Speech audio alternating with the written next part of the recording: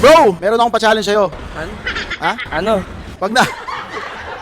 Dito po kami sa Bacoor, no? Pag naubos mo tong ice chocolate na galing kay Escobar, hawakan mo muna yan, bossing. May timer tayo. Mananalo ka ng 500 pesos. Okay, bibigyan kita ng 1 minute and 30 seconds para maubos yan, ha? Hawakan mo muna to. Ang tanong ko sa'yo, can or cannot? Ken. Alright, let's go! 3, teka, 2, go, go, go! Ayun, yan, straight na agad. Masarap ba?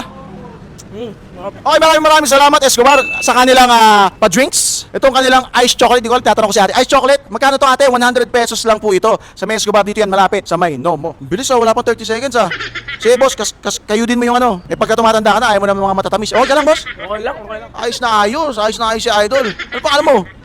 Mark po. Ginugulo lang kita para hindi mo matapos. Oy, bilisan mo.